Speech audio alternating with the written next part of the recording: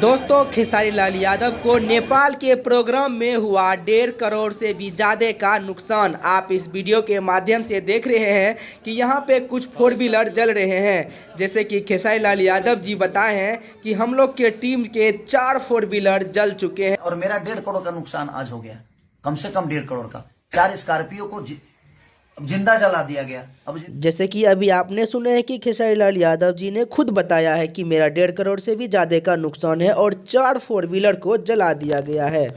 और उनके साथ में कुछ कलाकार लोगों सब भी आए थे, जैसे कि माही मनीषा जी, अनुपमा यादव जी और भी बहुत सारे कलाकार यहाँ पे मौजूद थे और इस नेपाल प्रोग्राम में आए हुए थे।